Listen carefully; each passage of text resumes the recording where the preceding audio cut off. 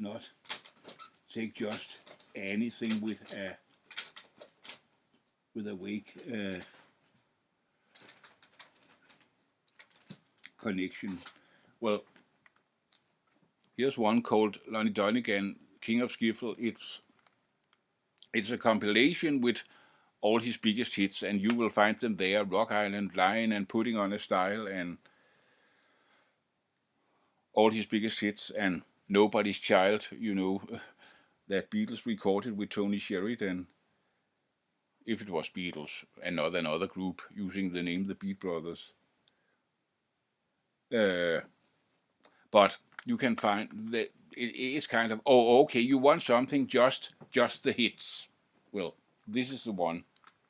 But there are many of his original albums have been re-released on CD, and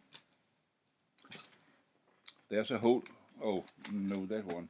There's a whole bunch of them here,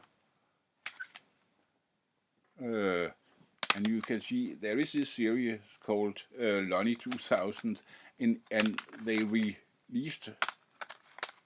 Well, I got this few, but I guess that's about what there is. I don't know if there's more in the series. But of course there were other acts around. A very important person when it comes to the British scene of music and how it came into being is this guy, Alexis Corner. Starting up as a skiffle musician too, but then developed a bit into other things, mostly blues-oriented things, and several members of the Rolling Stones at some point played with him before they became the Rolling Stones. And he's one of those guys. You can say so many famous people sort of traded their child shoes at him.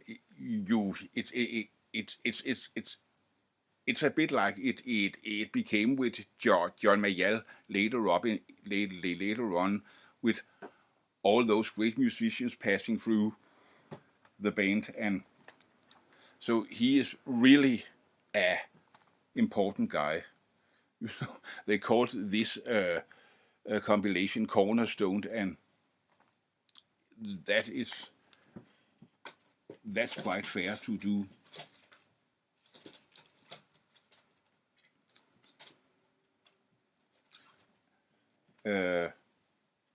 Two compilations with a fine amount of things here. Sorry, I got the wrong one. Well, no, forget about that. Yes, here it is.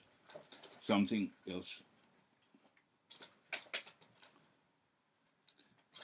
This is a very good compilation with the Chas McDevitt skiffle group, containing all their best recordings. And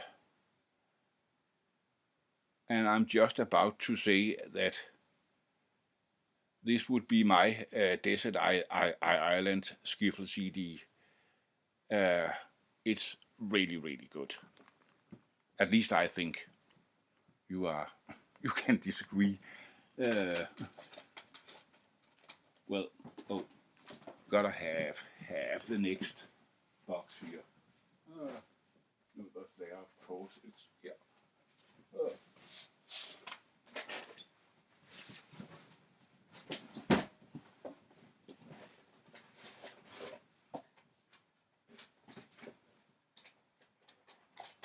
Yes, this is what I was talking about before. What? No, there is actually just one CD in this series. It's called Skiffle As Good As It Gets, and I think that's fair. It's a double CD, and I guess if you want a collection of the different skiffle groups that were around, and just that, and have some examples of how did it sounded and all that stuff, I think this is the one you should go for. And here's a compilation by the Vipers, and I guess if I could bring 2 skiffle CDs to the desert island, this would be the other one. There also is a box set with the complete recordings of the Vipers, and it's really great stuff. I can also recommend that, but of course, buying a whole box set, that's something you do if you are really interested in the subject, not if you just want to get an idea of it and just listen a little bit to it. So it depends on how enthusiastic you are, but I can recommend.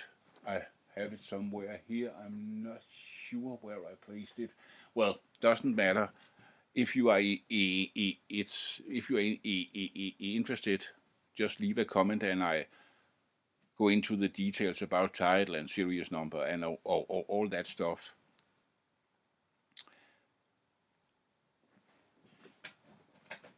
But well, that was CDs. What about vinyl?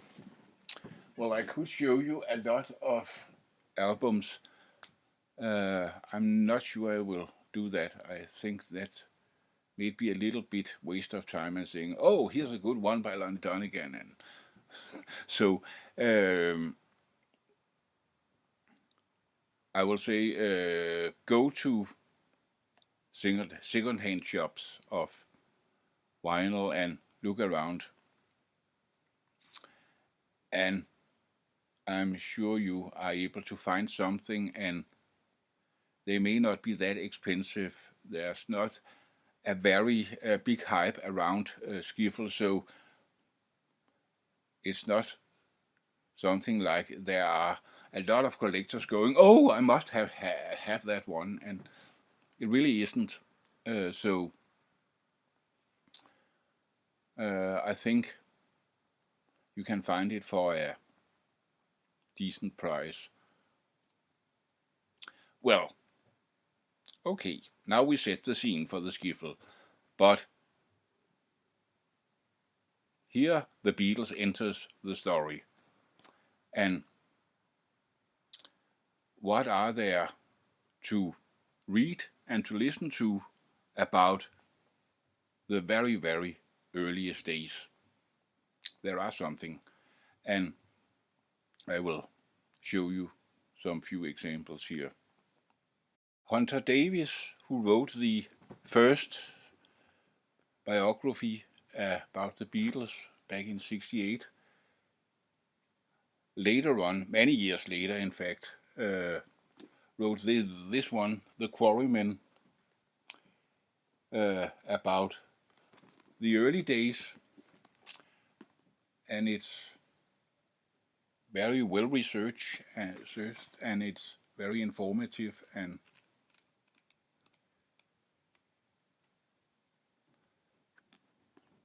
well, a good reading, to say it short. You can find somewhere around that people that at some point were in the Quarrymen have recorded some music, and it's kind of traveling backwards. It really is. I am a backwards traveler. Well, it is a little like that, because the first one that came out was this one, and it is with some guys who were in later on, and the music on this CD is, what we call it, is 60s or oriented pop rock, you could say. It's not very good, to be honest, but kind of interesting. May make it a little bit more interesting is that John Duff Lowe is on it, the one who played piano on that old recording of In Spite of All the Dangers, used in the anthology project. And of course, anthology is a very good source, and there are some of those earliest recordings. Later on, with a different setup, came this one, the Quarrymen, and it's closer to the original setup. There actually is one in between, but I come to this in a moment. I know it's kind of confusing the chronological order, but I have a reason for doing that. This one is from 1994, and this one is from I can't find the year. Well, oh, there, 2004 is this one. But in between those two, here comes the one you simply got to have. The date, the 6th of July, 1957, may ring a bell on many of you. Of course, that was the day John met Paul, where the Quarrymen was playing this gig, and Paul McCartney heard them, and they said hi to each other. Many, many years later, in 1997, so it was the day 40 years after that day, they were collected again. Well, not John and Paul, John was dead, and Paul wasn't there, but who was there in Liverpool was those guys that played with John that day. That the exact setup, the members of the original Quarrymen, Len Gary, Eric Griffith, Rod Davis, Colin Hanton, and Pete Shotton.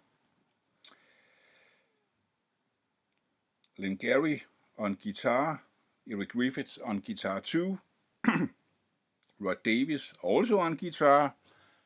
In a skiffle group, it was very common to have lots of guitars.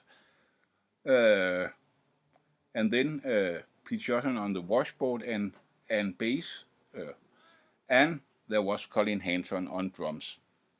Well, a lot of people have been very critical about Pete Best's drumming. But I tell you, when you hear Colin Hanton, well, Pete Best is something like Ginger Baker or Steve Gadd compared to Colin Hanton. But, well, how do I know that? Where have I heard his drum playing? Well, they were having this anniversary, and they actually recorded a CD. Yes, they did. So here it is. That's the one you gotta have.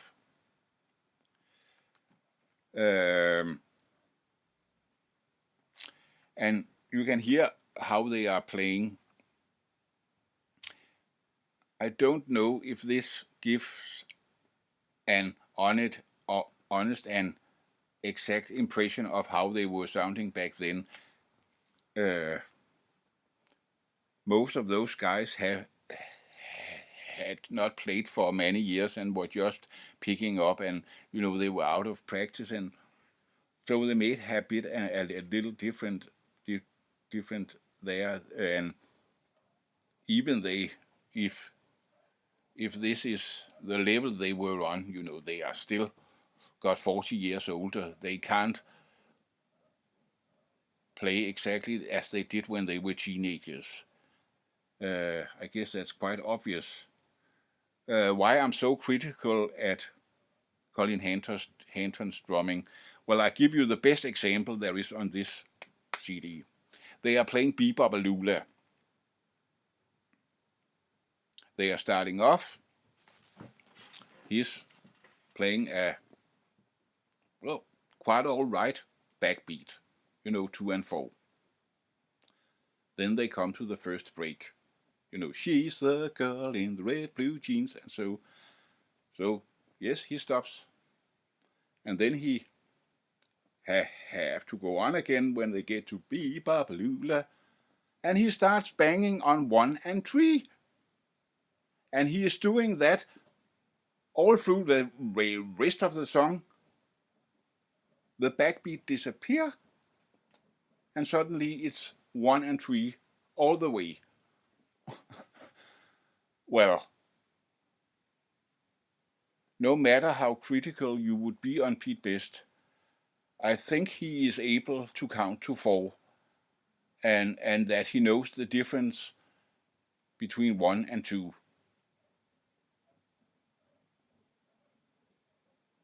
And is able to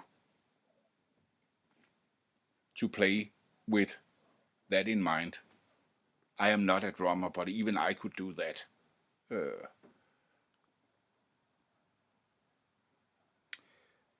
But no matter how bad it is from a technical point of view, I kind of like it.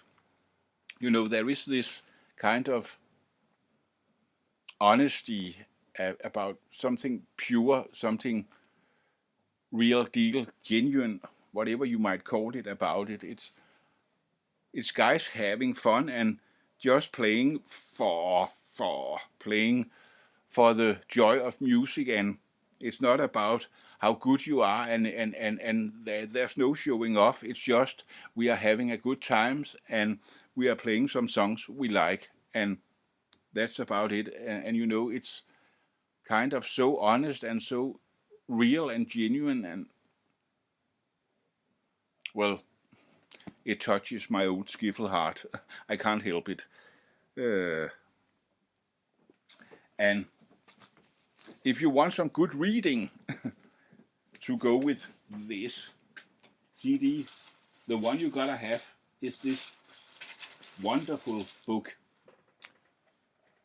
The Day John Met Paul by Jim O'Donnell. It's fantastic. He reconstructed the whole day, and he went deeply into research, even studying old meteorological reports, and when was the sun shining, and when was there a bit of rain, and he does such a good job. I cried.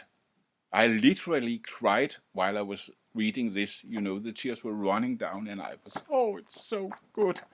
It's so good. And it really is. It's really a fantastic thing.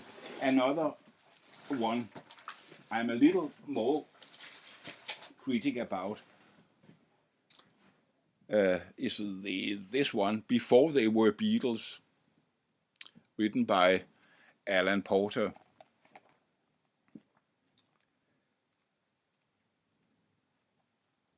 And the reason I'm a little bit more critic is I'm not sure everything here is